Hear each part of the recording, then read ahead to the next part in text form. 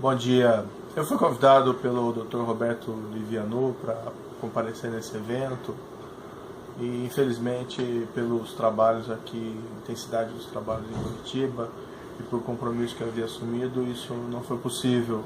Eu gostaria muito de estar nesse evento, organizado pelo INSPER, do IBDE e ainda pelo Instituto Não Aceito Corrupção, Instituto Palavra Aberta, Instituto de Relações Governamentais.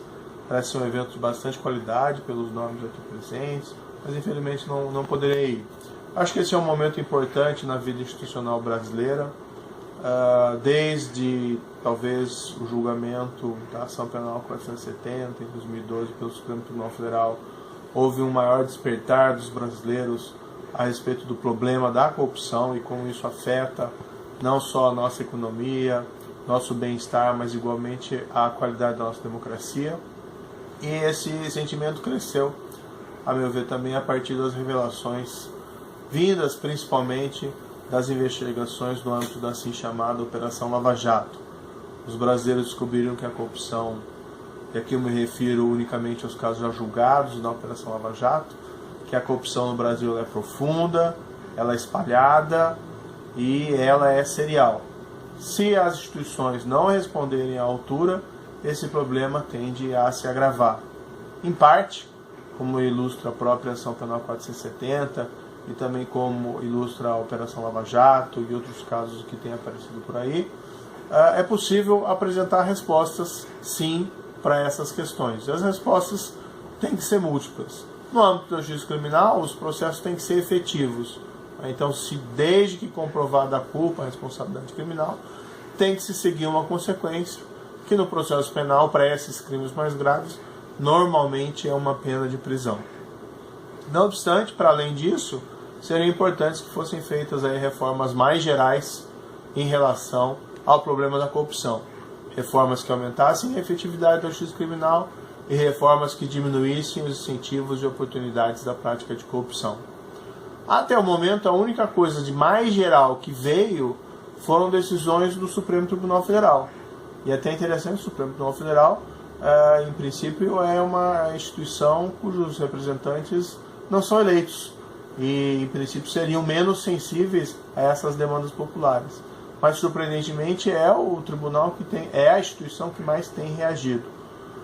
De destaque, a decisão do Supremo Tribunal Federal de permitir que, a partir de uma decisão de uma corte de apelação, de uma condenação criminal para uma corte de apelação, se possa executar a pena.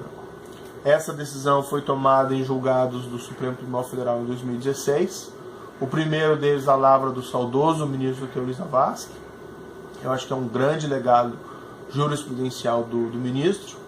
O Supremo teve a oportunidade de reiterar o entendimento ainda em 2016, em ação declaratória de constitucionalidade, dessa feita da relatoria do ministro Edson Fachin. Enfim, essa foi a principal mudança, né? Porque se você tem um processo penal que tem por objeto crimes graves e ele nunca chega ao fim com nenhuma resposta, na prática você tem impunidade. Até a gente compreende quem defende a exigência do trânsito em julgado, mas a exigência do trânsito em julgado num sistema de prodigalidade de recursos e processos que nunca terminam é impunidade.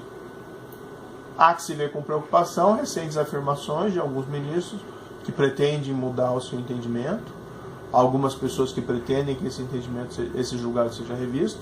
Eu acho que é prematuro dizer que isso vai acontecer, mas seria evidentemente lamentável que isso ocorresse, não só pelo impacto que isso teria nesse enfrentamento da corrupção meritório que tem ocorrido nos últimos anos, inclusive da parte do Supremo Tribunal Federal.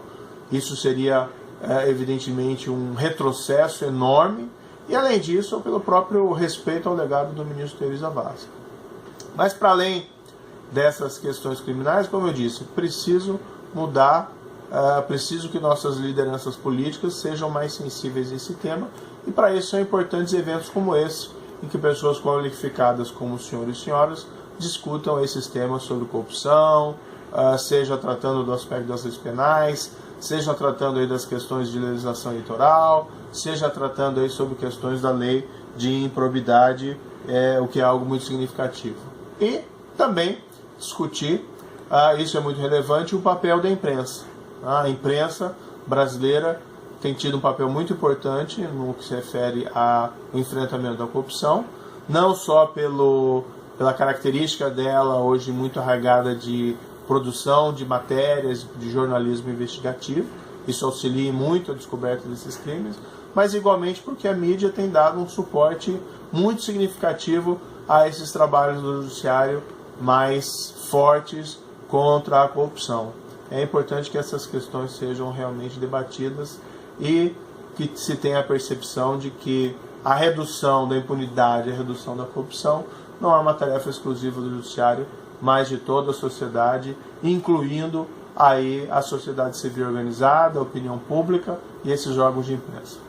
Desejo aos senhores e senhoras que tenham aí um dia proveitoso para o debate desses temas e mais uma vez eu lamento que não tive a oportunidade aí de me juntar aos senhores e senhoras. Seria muito proveitoso para mim mesmo, mas realmente não foi possível.